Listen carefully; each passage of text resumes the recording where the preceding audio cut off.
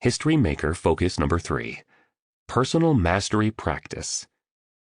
The billionaire walked his two students past the expansive terrace that offered delightful views of the ocean, around to the front of his house.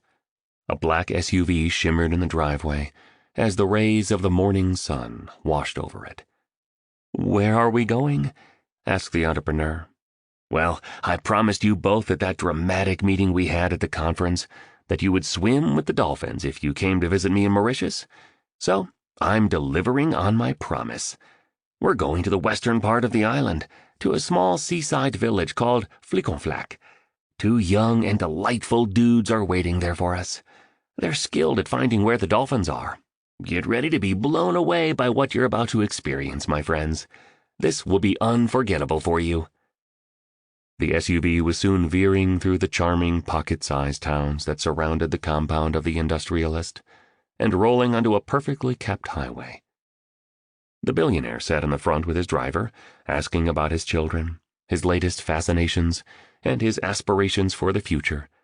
Throughout the journey, Mr. Riley would ask a thoughtful question, then lean back and listen carefully. One could see he was a man of towering depth, with a mammoth heart. As the vehicle eased up to a lovely harbor, graced by a sandy beach, a few white cottages, a quaint fish restaurant, and many aging boats moored in the water, a rooster proudly sang his morning anthem, and the miraculous sight of a double rainbow unfolded across the magnificent blue sky. Two young fishermen greeted the billionaire with hugs. The group then set off into the vast Indian Ocean, searching for a school of dolphins they could swim and play with. The song "Strength of a Woman" by Jamaican singer Shaggy blasted from an inexpensive speaker roughly installed into the side of the boat with gray duct tape. The spray coming off the motorboat as it struck the waves soaked the faces of the billionaire, the entrepreneur, and the artist, making them giggle like children dancing in puddles left after the rain. After a few attempts, dolphins were spotted swimming jubilantly in a small cove surrounded by soaring cliffs, the kind you'd see along the Pacific Coast Highway in California. The way those creatures rejoiced as they glided through the ocean would make you feel as if there were 1,000 of them in that little inlet, but there were only about 11 or so. The billionaire threw on a diving mask and quickly slipped into the water from a platform at the back of the motorboat. "Come on, cats," he said excitedly. "Let's go." The entrepreneur went in next, her eyes alive and her heart beating with an elation she hadn't accessed since her youth. Her breathing sounded shallow and rapid through her snorkel. It sounded like whoosh, whoosh. The artist followed, doing a belly flop off the end of the boat. Guided by one of the young fishermen, who was wearing surf shorts with a colorful tropical print and sporting rubber shoes, the three adventurers frolicked with the dolphins as they swam smoothly just below the water's surface. When the dolphins descended, so did their three euphoric companions. When they would twirl around, so would the members of the 5 a.m. club. When they would flirt with one another, so would the entrepreneur and the artist. The experience only lasted about 15 minutes, but it was miraculous. "That was unbelievable," exuded the artist breathlessly as he emerged from the water and struggled to get back into the boat from the small stage near the motor. "One of the most amazing experiences of my life," gushed the entrepreneur as she kissed him lavishly. The billionaire soon surfaced. He was hooting with laughter. "Boy, that was a blast!" On returning to the harbor, the morning mentoring class resumed on the beach, next to a pile of stones that locals used for barbecuing fish. The double rainbow remained extended across the sweeping sky. The billionaire lifted a hand toward the heavens. 4 white doves appeared abruptly, out of nowhere. Then a cluster of pink and yellowish butterflies sailed by. "Good," announced the tycoon as he stared at them. After letting out a few throaty coughs that also seemed to come out of nowhere, he proceeded to point to the third area of the 4 focuses of History Makers model he'd been walking his two students through on this particular day. It had Personal Mastery Practice printed on it. "What are we talking about here?" wondered the artist. his dreadlocks dripping, and his thick tattooed arms around the entrepreneur to keep her warm. She was shivering. "Training the best parts of you," was the straightforward reply. Remember the Spartan warrior credo that the spellbinder shared at the seminar? Sweat more in practice, bleed less in war. Well, the quality of your morning practice determines the caliber of your daily performance. Battles are won in the early light of intense training, when no one's watching. Victories occur before warriors walk onto the field. Triumph belongs to the one who prepares the most. It's obvious that if you want to be the best in the world at business or art or chess, or as a designer, or as a mechanic or as a manager, you need to put in enormous amounts of practice time to advance your expertise. Specifically, a performer must invest at least 2 hours and 44 minutes of daily improvement on their chosen skill for 10 years, as preeminent psychologist Anders Ericsson of Florida State University has taught us through his groundbreaking research. This is the minimum viable amount of practice required for the first signs of genius to appear within any domain. Yet so few of us think of the importance of putting what amounts to 10,000 hours of training into becoming better human beings. And that's why so few among us unlock that code, which, once cracked, liberates our sovereign selves with all the wisdom, creativity, bravery, love, and inner peace that comes with that manifestation. It's only when we improve that our lives improve. Know what I mean? What I'm suggesting to you two is that you need to practice advancing toward personal mastery daily, just as we must dedicate ourselves to any other skill we seek to be world-class at. Fortify and bulletproof, and nourish the core dimensions of your inner life, and trust me, you'll times 100 your life. Everything you do in your outer world is an absolute consequence of what's happening within you. This is where you need to do the real morning preparation.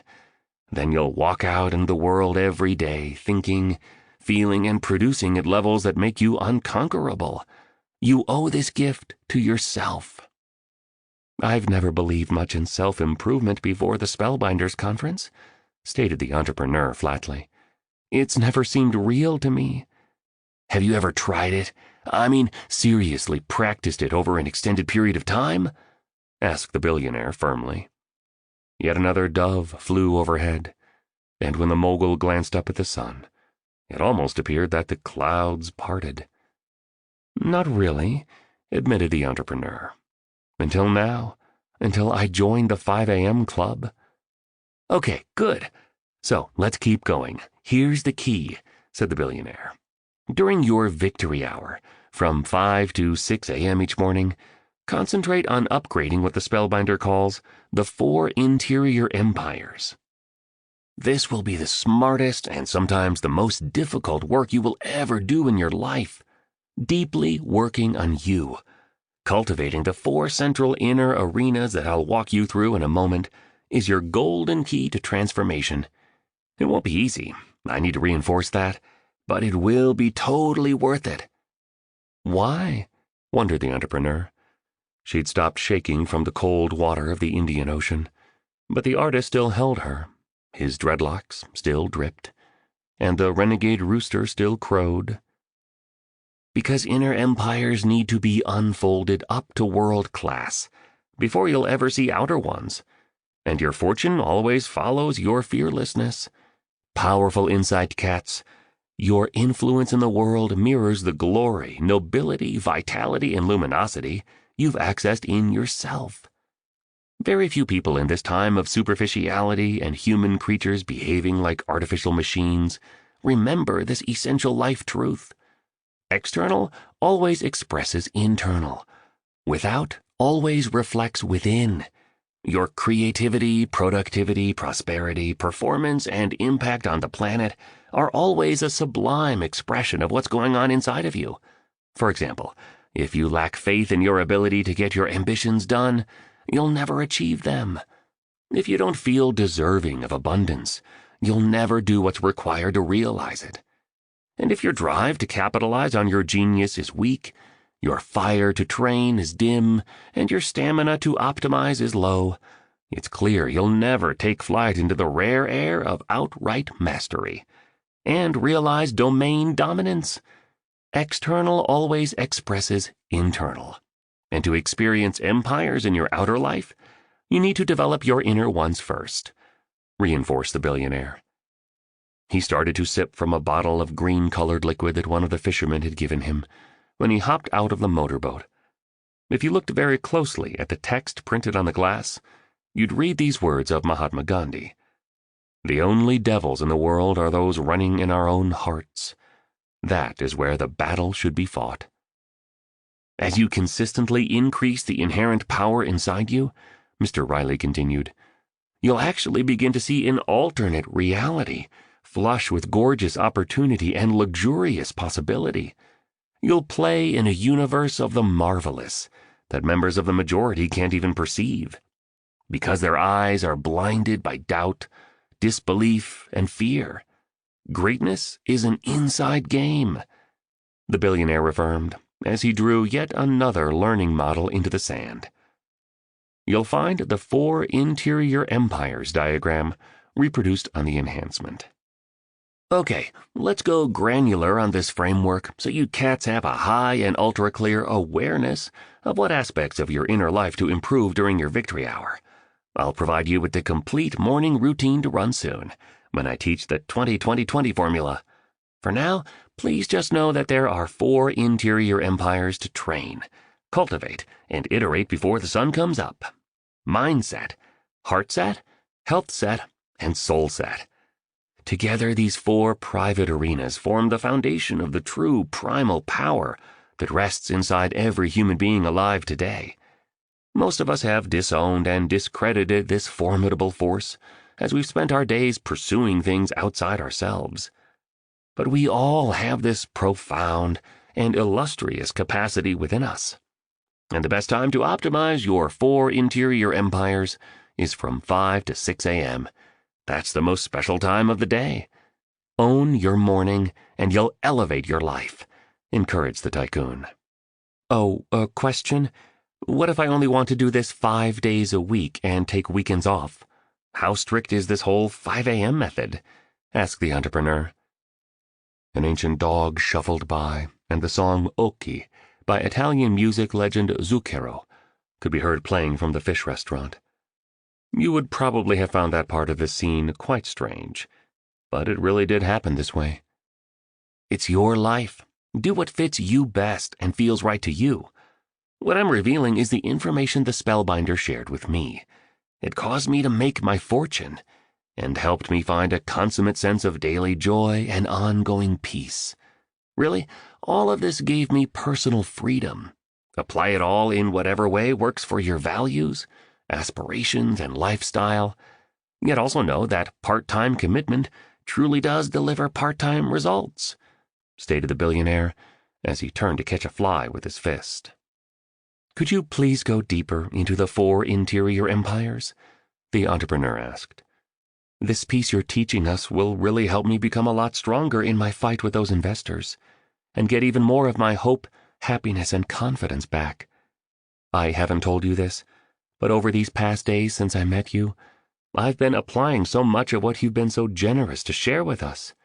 As I'm sure you saw, at first I resisted a lot of the spellbinder's philosophies. I really didn't want to go to his seminar, you know, but at least I was open to his and your teachings. Desperately open. I love life, you know, and I now plan to live a long time.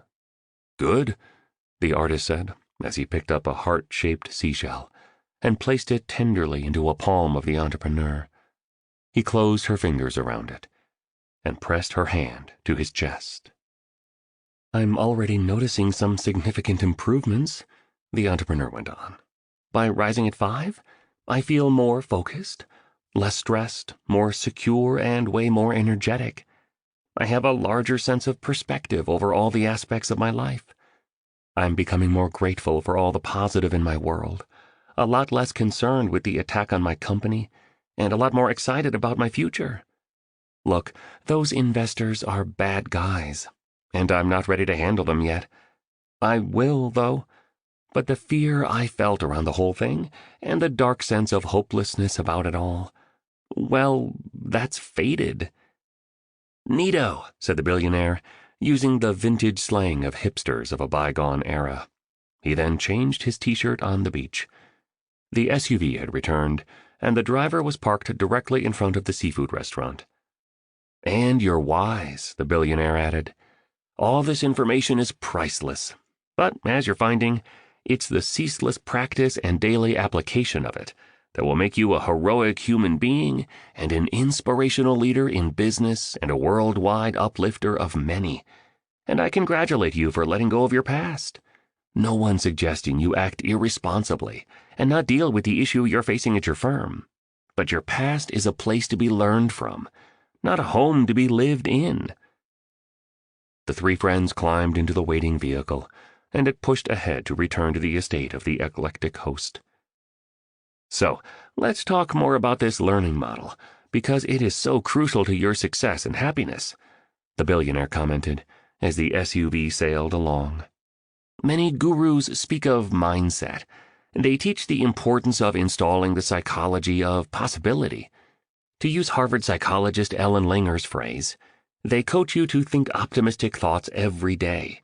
These teachers tell you that your thinking forms your reality, and that by improving your mind, you'll improve your life.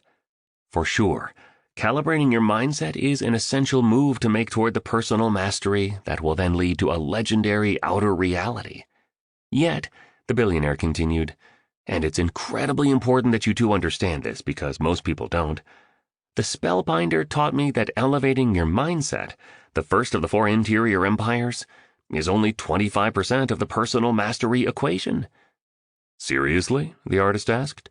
"I always thought that our thinking determines everything, that there wasn't much more to it than that. The whole change your thinking and you'll change your life, and your attitude determines your altitude kind of thing." "Look," said the billionaire, "it's definitely true that your deepest beliefs drive your daily behavior. You know I believe that. And you know I also agree that the way you perceive the world drives the way you perform in it. Yet a superbly developed mindset without a magnificently purified heart set is a hollow triumph. Just working on your mindset will never deliver the fullness of your sovereignty and fully express your resident genius," the industrialist said with great clarity. "I think I'm getting you," noted the artist with a grin the size of Mount Kilimanjaro. "Charles Bukowski said, 'Stop insisting on clearing your head. Clear your heart instead.'" "He was right," agreed the billionaire as he relaxed deeper into his rich leather seat in the SUV. "So help me understand exactly what heart set is," asked the entrepreneur. She was watching a group of school kids running in a playground with unsparing exhilaration. Her thoughts drifted to her childhood. "Heart set is your emotional life.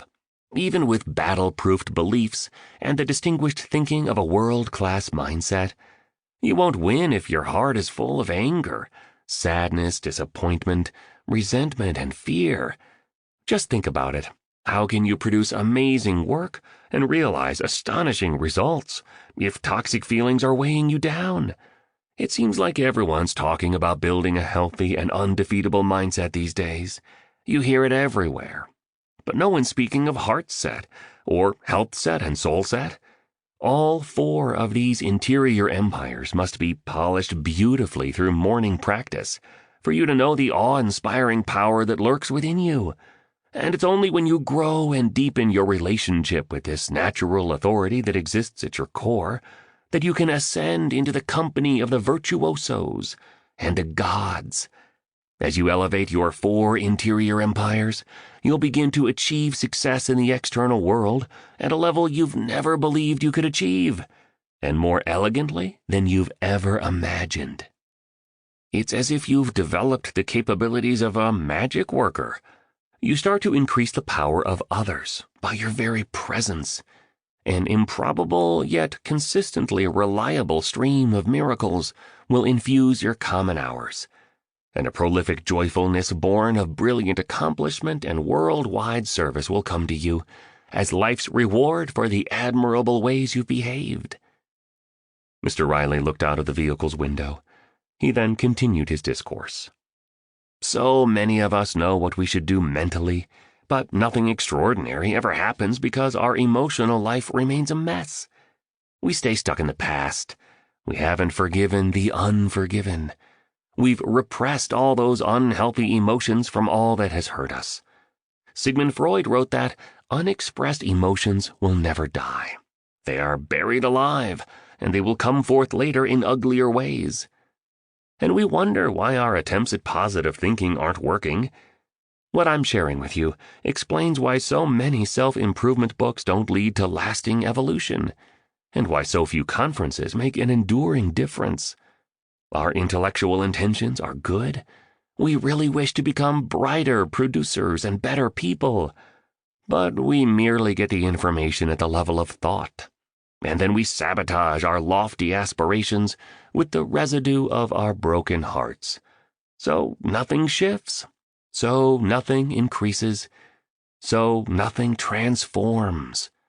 If you want to experience exponential growth and unparalleled performance, you need to dial in a masterful mindset, but also repair, rebuild, and reinforce a winning heart set, so that all the dark and toxic emotion from your past pains are cleared out, released, and cleansed and purified forever.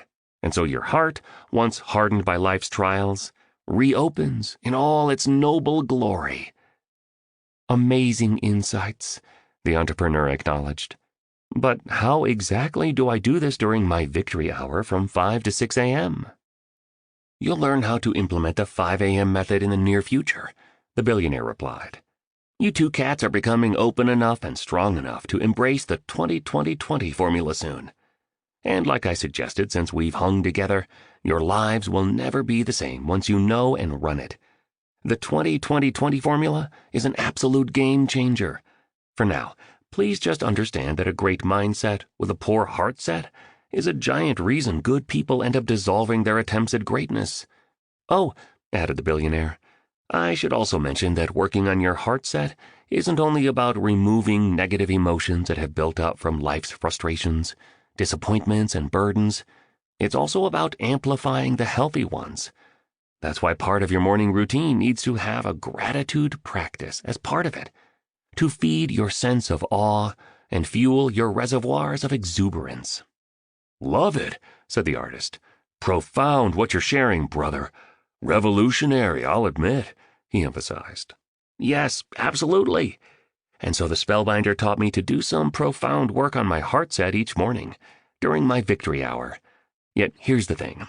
Even upgrading your heart set along with growing your mindset before the first rays of the sun display themselves still means you're only doing 50% of the personal mastery work required to materialize the interior empires that will yield the outer empires of your highest wishes.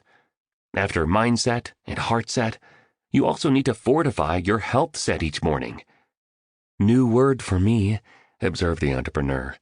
Health set, I like it. Well, this one speaks to your physical dimension, explained the billionaire, as the SUV passed one of the many tea plantations in Mauritius. One of the main elements of your rise to legendary is longevity. Here's a quick tip if you want to lead your field and experience continuous escalations of your eminence. Do not die. You'll never become a titan of your industry and an icon who makes history if you're dead. Both the entrepreneur and the artist grinned as the billionaire began to clap vigorously, apparently as happy as a family of squirrels playing in a forest on hearing his own words. But I am being serious. Beautiful things happen once you commit seriously to peak fitness and go hard on cheating aging. Just imagine living an extra few decades and staying ultra healthy as you do so. That's another few decades to refine your craft, to grow into an even more influential leader, to produce work that's radical artistry, to compound your prosperity and to build a luminous legacy that will enrich all of humanity. Epic producers and great leaders understand that you just can't rise to mastery without leveraging and then armor plating your vitality. Every day's just dramatically better with some exercise in it. I need to say that again because it's so essential to a life amazingly lived.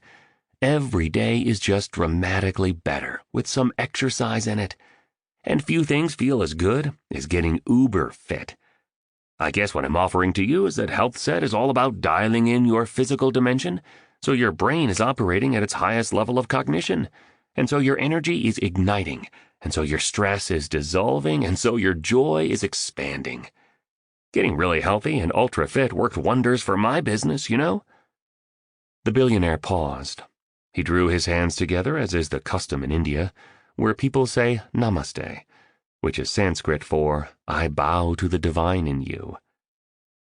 And that brings me to Soul Set, lady and gentlemen. I have learned that every single one of us has an unstained spirit and spotless soulfulness that rests at our very center. Most of the world is uninterested in whispers from and the requirements of the soul.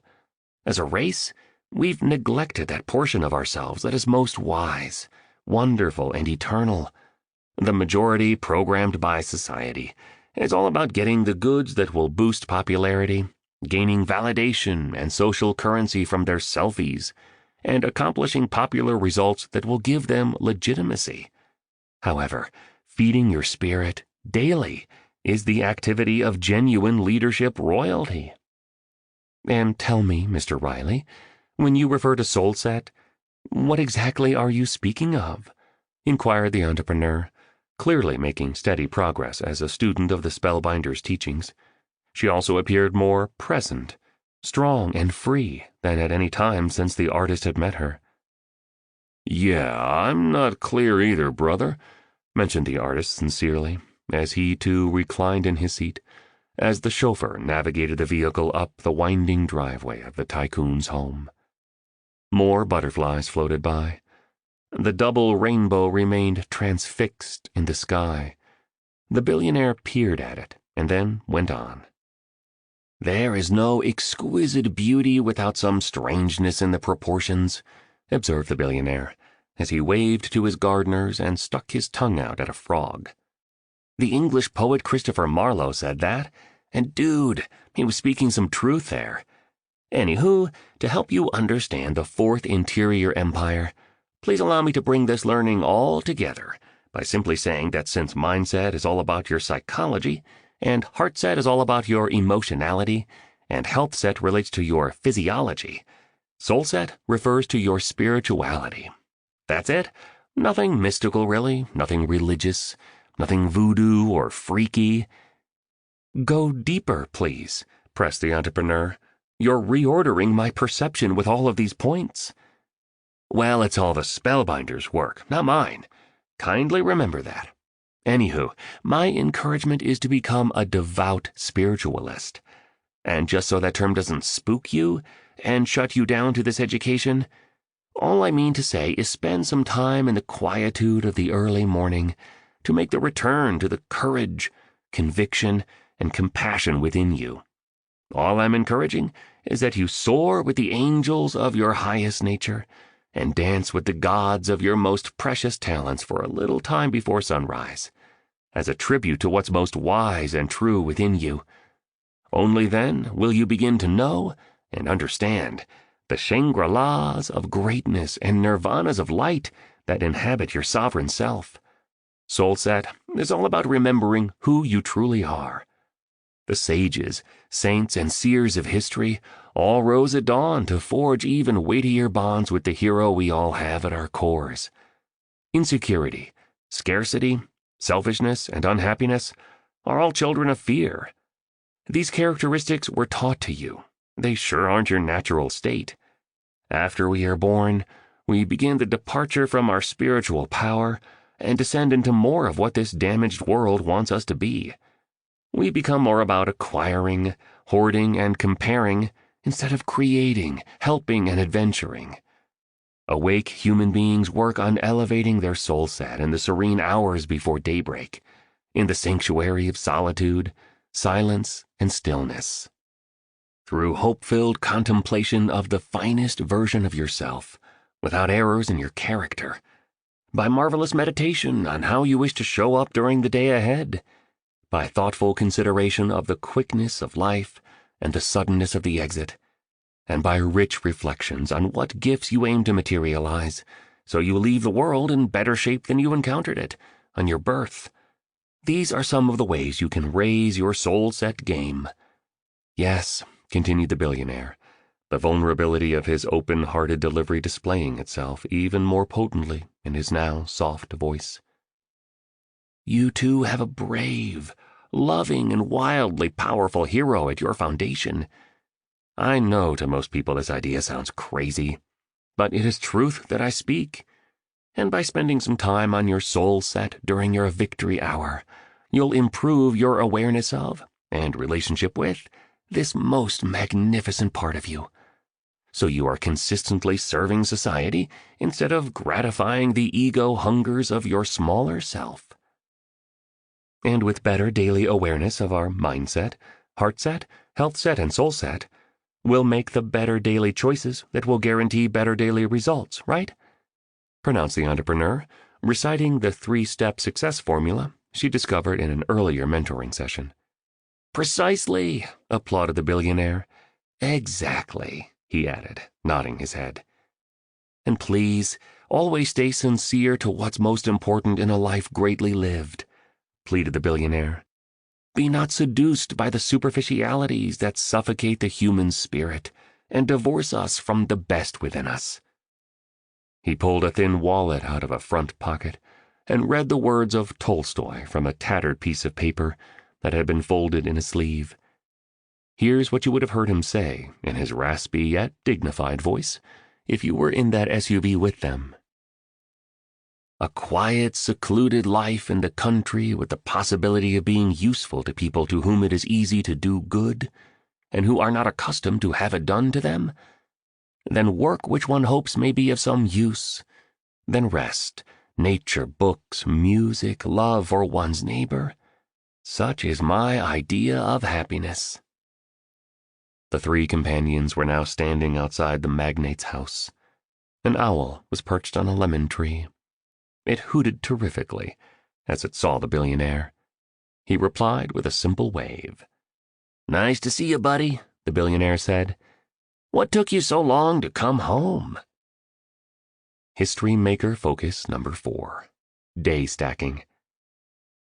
Remember that each of your prized days represents your precious life in miniature, the billionaire observed.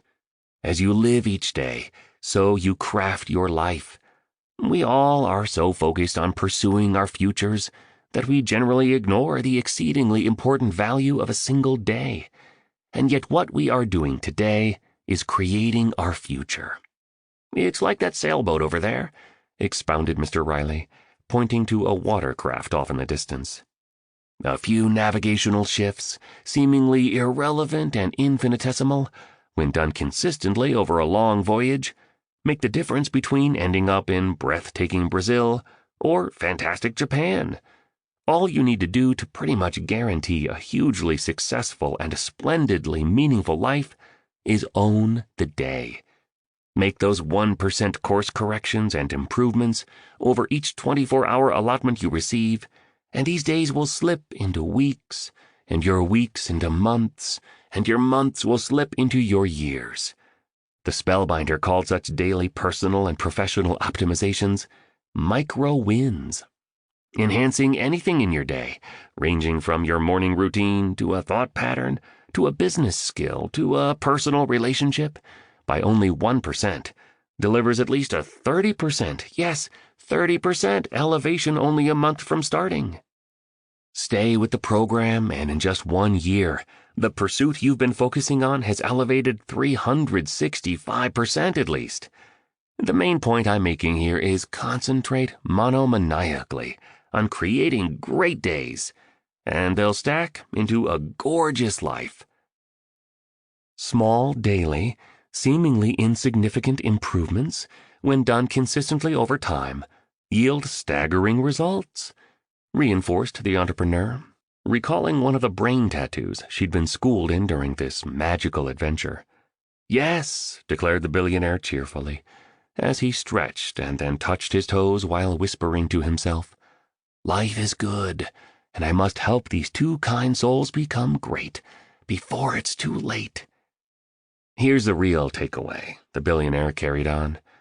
Elite producers and everyday heroes understand that what you do each day matters far more than what you do once in a while. Consistency really is a key ingredient of mastery, and regularity is a necessity if you're amped to make history. In that moment, the entrepreneur's attention was stolen by her phone as the screen lit up. Stunningly, the following words showed up in lettering that resembled blood dripping, leaving her trembling and shaken. "A killer is coming." "Baby, what's up?" asked the artist, revealing more of the growing intimacy of their relationship. "Yes, what happened?" wondered the billionaire on seeing the ghost-white face of the entrepreneur. It's, she sputtered. She fell to her knees, in a flower bed close to where the chauffeur had parked the SUV. Almost as quickly, she stood up again. "It's another death threat. They're telling me someone is on the way to kill me. The investors again, pushing me to leave the firm." "Guess what, guys?" the entrepreneur said, pivoting into a posture of high confidence and mighty defiance. "I'm not leaving. I built this company. I love what I do. I would do anything for my team. Our products are incredible, and growing the enterprise has given me great fulfillment. I'm ready to fight them. Let's go. Bring it on, I say." "It's being handled," murmured the billionaire, echoing what he'd said at his beach on first learning about the situation. "Just stay fully present to the teaching you're learning and this special opportunity of being a new member of the 5 a.m. club. Keep having a blast here with me in Mauritius. Continue this little love story unfolding between you and my tattooed friend over here," smiled the billionaire. "And keep strengthening the awareness of your natural power as a leader, performer, and human being. I'm really happy to see your progress. You already seem braver, lighter, and much more peaceful. Good on you." "Getting up at 5 a.m. is getting easier as each day passes," the entrepreneur said, feeling comforted and sounding composed. "The insights you're sharing are valuable. I'm growing a lot. I can't wait to go granular on how to make the habits stick and learn the 20-20-20 formula so I know exactly what to do during my victory hour. I've been practicing some yoga and walking along the sea in the darkness before the sun comes up. Yet I'd love some help on a more specific ritual. I know you have one, but the philosophy so far has been remarkably helpful." "The precise methodology is coming soon. At this point, I simply want you to know that the concept I've just shared with you both is called the Day Stacking Foundation. Winning definitely does start at your beginning. Own your morning, and the quality of your day rises exponentially, which in turn upgrades the caliber of your life exceptionally. You'll be so much more energetic, productive, confident, excellent, happy, and serene, even on the most difficult of days, when you calibrate the front end of it. Okay, now you two go and have an amazing day together. I love the words of the poet John Keats, who wrote, 'I almost wish we were butterflies and lived but 3 summer days. 3 such days with you I could fill with more delight than 50 common years could ever contain.'" Pretty great, right? "Totally," voiced the artist, as he tugged on 3 dreadlocks, patted his stomach, and then laced up a black combat boot. "Totally agree." "And what time should we meet tomorrow, cool cats?" inquired the billionaire, with a look that confirmed he was quite sure of the answer. 5 a.m., the entrepreneur and the artist replied enthusiastically, in unison. Chapter 11. Navigating the Tides of Life. The best and most beautiful things in this world cannot be seen or even heard, but must be felt with the heart. Helen Keller. The entrepreneur had learned to sail as a child. She'd loved the sensation of salt water on her young face, and the feelings of freedom that being out on the vast sea brought her spirit. She wondered why she had stopped sailing. In that instant, she also considered why she'd given up so many of the pursuits that had brought her such harmony, and she cherished the fact that in this basic moment, in a small boat gliding through the endless Indian Ocean, she was truly open and wildly alive. Our culture measures success by how much money we have, the amount of achievement we complete, and how much influence we reach. Yet, thought the entrepreneur, while both the spellbinder and Mr. Riley agree that those victories are important, they've encouraged me to consider how well I'm running my life by another series of metrics as well. By my connection with my natural power, and by my intimacy with my authenticity, and by the vitality around my physicality, and by the size of my joy. This seems like a much better way to look at success, being both accomplished in the world, yet peaceful within myself. Her time at the Spellbinders Conference, and her wonderful days here on this pristine island, with people who still took the time to say good morning, smile at strangers, and show genuine warmth, continue to inspire and provoke both tiny and large shifts in her understanding of the true nature of a productive, prosperous, and fulfilling life. The entrepreneur was noticing she was becoming less machine-like and more human. She no longer checked her technology compulsively.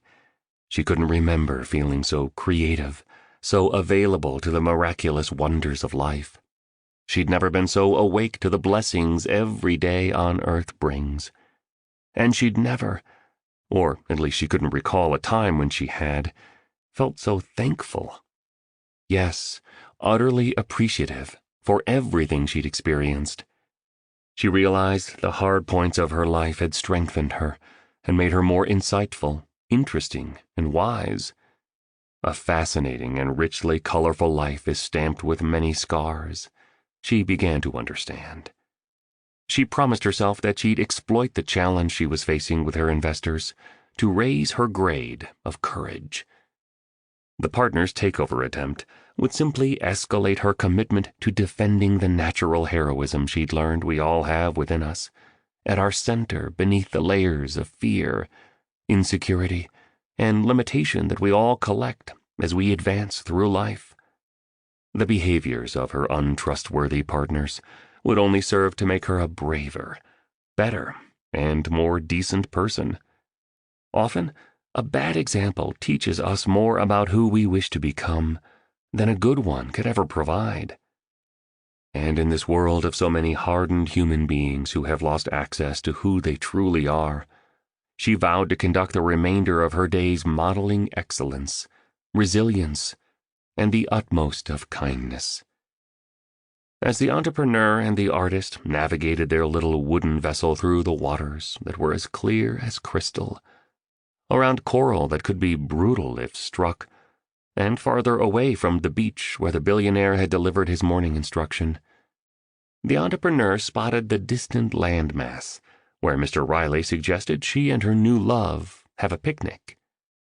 She also detected an ever-growing affection for the large man who sat next to her.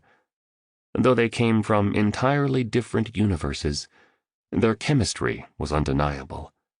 It was as if galaxies had collided. And though they had different ways of operating, their compatibility was as nothing she'd experienced before. Her mother had once told her that if you are fortunate enough to fall in love, even 2 or 3 times within a lifetime, make each of these stories count fully. Her companion's artistic powers intrigued her. His desire to be great on his own terms attracted her. His occasional hard edges challenged her. His sense of humor amused her. His palpable compassion moved her, and his dark eyes melted her. "This was a good idea," the artist said as the entrepreneur adjusted the set of the sail and skillfully directed the boat around some buoys placed there by early morning fishermen. "To come out here, away from everything, I needed a break from the learning. I'm loving all the information. I'm getting so much from Mr. Riley. Man, he's a treasure. But my head is full. I don't want to think for a while. I just want to have some fun and enjoy life. Being out here with you is special." "Thanks," replied the entrepreneur simply, as her hair waved playfully in the wind, and her sparkling eyes stayed fixed on the water in front of her. "This is the happiest I've seen her look since I met her at the conference," thought the artist. He put an arm around the entrepreneur. She didn't retreat in any way, remaining relaxed as their brightly painted vessel ventured deeper into the ocean. After a while, the small island they had been heading toward came into clearer focus. "The billionaire's team stocked us up for a pretty good picnic," noted the entrepreneur. "How about we drop anchor in the shallow area over there and have lunch on the white sand part of the beach?" The island looked deserted aside from the well-fed seagulls, some with live fish dangling from their skinny yellow beaks that soared overhead, and the gigantic turtle ambling along the damp shoreline as though he ruled it. "Cool," the artist replied. "I'm good with that," he added as he took off his shirt unselfconsciously and dove into the water with a wide splash. The delightful meal the two enjoyed consisted of grilled spicy prawn and a fresh mango salad, along with a humongous chunk of pecorino cheese flown in that morning from Italy. Watermelon mixed with pineapple and kiwi had been provided for dessert. The entrepreneur shared her longing to build one of the world's greatest companies as they savored the food and relaxed in that sanctuary of peaceful isolation. She spoke of her desire to build a genuine empire, and then, perhaps, to retire in style to the rustic side of Ibiza. She also confided even more of her pained childhood, from the terrible divorce of her parents to the depth of her trauma around the violent passage of her beloved father.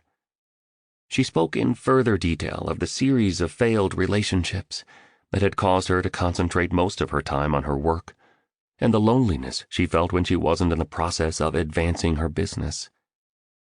"Those weren't failed relationships," mused the artist as he munched joyfully on a chunk of watermelon. "They made you who you are, right? And I really like who you are. Actually," said the artist candidly, "I love who you are." He leaned over and kissed the entrepreneur. "What took you so long to say that?" she asked. "I don't know. My confidence has been low for a long time," confessed the artist. "But hearing the spellbinder at the seminar, and meeting you and feeling our amazing vibe, and then being on this totally insane yet incredible adventure, I don't know. It's making me believe more in myself again. This is all helping me to trust life again, I guess. To open up to someone again is great. I should paint later today. Something special is going to show up. I just know it." "Yes, you should," encouraged the entrepreneur. "I sense it too. You're going to be a hugely successful and truly legendary painter." And then, after a lengthy pause, she added, "I love you too, by the way." The romance of that moment being shared by the two new members of the 5 a.m. club was suddenly broken by the sound of loud hip-hop music. A figure could be seen in the water moving dazzlingly fast, zigzagging and then racing along straightaways. It soon became evident who this noisy and uninvited intruder was. Stone Riley, riding on a souped-up jet ski and wearing a top hat that had been strapped to his chin. Yes, a top hat. And if you looked closely, you would see a skull and crossbone symbol on it, the sort that sits on pirate flags. Soon he, too, was up on the unspoiled beach with the two lovers. Soon he, too, was eating the prawns and mango salad and wolfing down large pieces of the fresh fruit dessert. And soon he was holding hands with the entrepreneur and the artist. This man was a pure oddball and a most human hero. The entrepreneur and the artist looked at each other as the billionaire did his thing. They shook their heads, clapped their hands, and laughed easy laughs. "Dudes!" shouted the billionaire above the volume of the thumping music as his jet ski bobbed in the shallow water. "Missed you two. Hope you don't mind me crashing your picnic." he communicated with food in his mouth. Without waiting for an answer, he turned up the decibel level of the song and sang along to the words. "Gnarly tune, right?" he asked with all the energy of a power plant. "Def," replied the artist instinctively. "I mean, definitely," he corrected. The three companions spent the rest of that unforgettable afternoon swimming, singing, dancing, and talking. That evening, the billionaire hosted a magnificent dinner out on his beach, which was lit with tiki torches, cream-colored lanterns, and what you would have guessed were thousands of candles. A long wooden table, draped with the finest of linens, supported platters of exquisitely prepared food. The spellbinder also appeared at the banquet, swapping stories with the billionaire while a few of Mr. Riley's other friends showed up later to play the bongos, share in the fabulous meal, and sip some fine wine. Even the ultra-professional and exceptionally hospitable attendants were encouraged to join the festivities. It was all surreal and special. For an instant, the entrepreneur reflected on the preciousness of the evening and recalled a quote her father had placed on the door of the family fridge. It was from Dale Carnegie, the self-help author, and it read, "One of the most tragic things I know about human nature is that all of us tend to put off living. We are all dreaming of some magical rose garden over the horizon, instead of enjoying the roses that are blooming outside our windows today." The entrepreneur smiled to herself. She realized she would postpone living fully no more. She'd not only fallen in love with a good man, she was beginning to experience a lavish lust for life itself. At 5 a.m. the next morning, the sound of a helicopter pierced the sereneness that only presents itself at that hour of the day. The entrepreneur and the artist waited on the beach as they'd promised the billionaire they would. They held hands, tightly, and awaited the next lesson he told them he'd share. But the billionaire was nowhere to be found. An assistant wearing a crisp shirt the color of the sky and pressed Bermuda shorts the hue of a tomato, with red leather sandals, ran down from the home of the titan of industry. "Bonjour," she said in a highly polished way. "Mr. Riley has requested that I escort you to his helipad. He has a huge gift for you both, but you'll need to hurry, please. We're on a strict timeline." The three of them scampered along the beach, up a groomed trail through lush trees, past an herb garden with wooden signs containing quotes from famous leaders, as well as one that said, "Trespassers will be composted," and finally to an expansive manicured meadow. At the center of it sat a gleaming helicopter with its rotors whirring against the radiance of the early morning lightfall. Inside the aircraft, a single pilot could be seen. He wore aviator glasses, a black flat-brimmed baseball cap, and an all-black uniform. As his passengers were led inside, the pilot remained silent, manipulating the controls and writing on what appeared to be a detailed checklist attached to a scuffed-up clipboard with the phrase, "Rise and shine so you'll escape the misery of mediocrity," written at the top in red. A smiley face emoji was evident below this line. "Good morning," said the entrepreneur enthusiastically to the pilot. "Where's Mr. Riley?" The pilot didn't answer. He tuned a dial, tweaked a knob, and made another tick mark on the white page. "Good luck and have a safe flight, you two," announced the assistant as she adjusted the seatbelts and placed headphones with a microphone snugly onto the heads of her VIP guests. "Where the heck are we going?" demanded the artist, reverting to angry man status. No reply.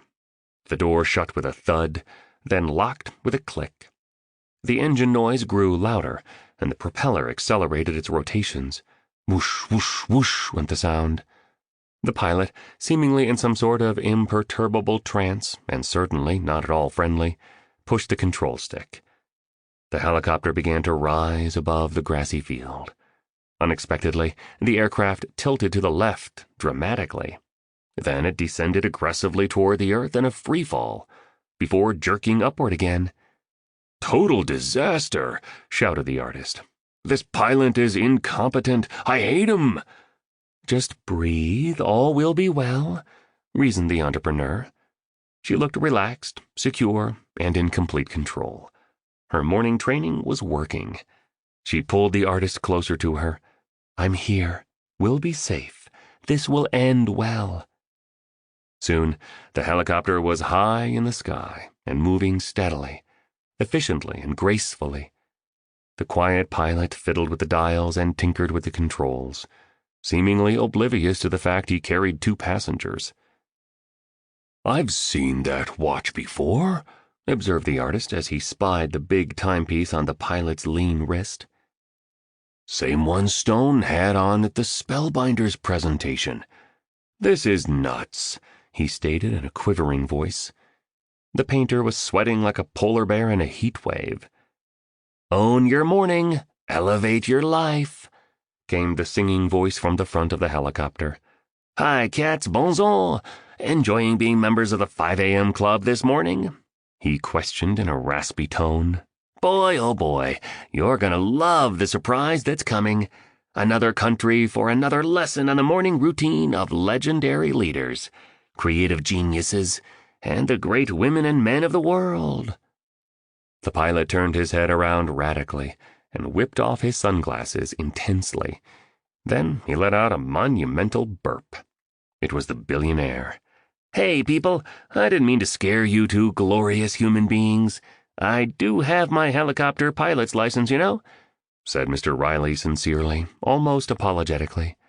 "Sure," remarked the artist, still clinging to the entrepreneur like a gambler holding his last chip. "Got it years ago," the billionaire continued. "Helicopters are uber cool.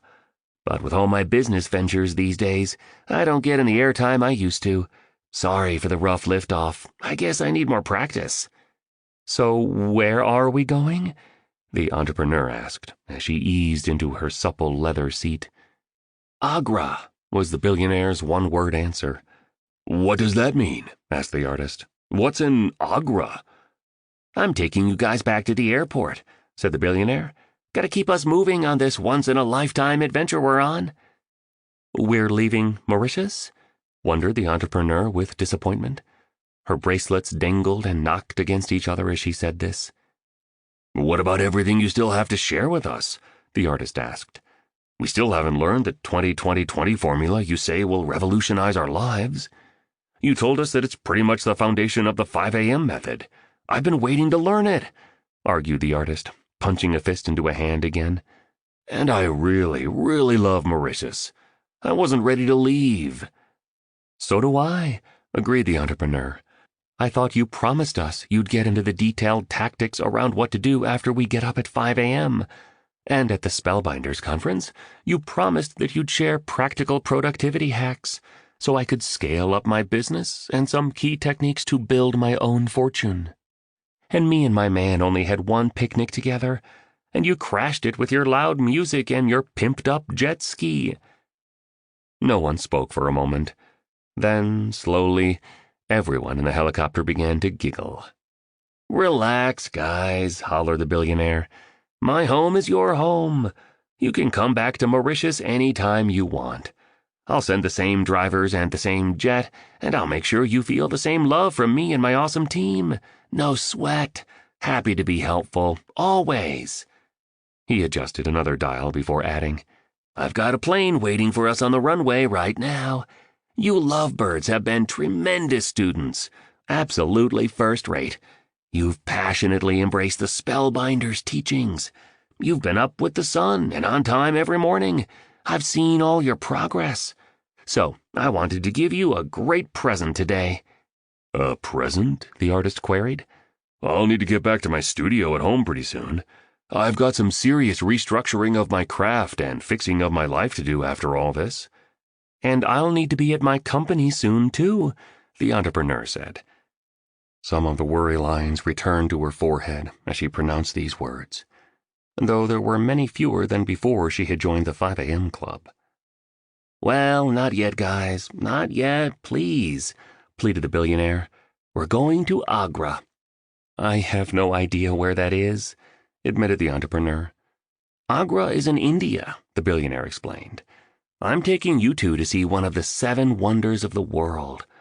And get set to learn the next part of the 5 a.m. method. Everything you've learned so far has been preparation for all that's coming. Lock and load, dudes. We're now ready to get into the advanced information to help you drive exponential productivity, maximum performance, legendary leadership, and a towering life that upgrades the world. Get set to receive the most practical information you could ever learn on the morning routine of world builders and history makers. The best is about to come. The billionaire expertly landed the helicopter next to a pristine private jet that had its turbines running. Unlike the first one, this aircraft was all black. But like the one that brought the two students to Mauritius, it had 5AC emblazoned on the tail, also in a hue of orange similar to a mandarin. "Let's go to incredible India!" exclaimed the billionaire energetically. "Let's go then," replied the entrepreneur and the artist. One of the most valuable experiences of their extraordinary escapade with Stone Riley, the eccentric magnate, was about to begin.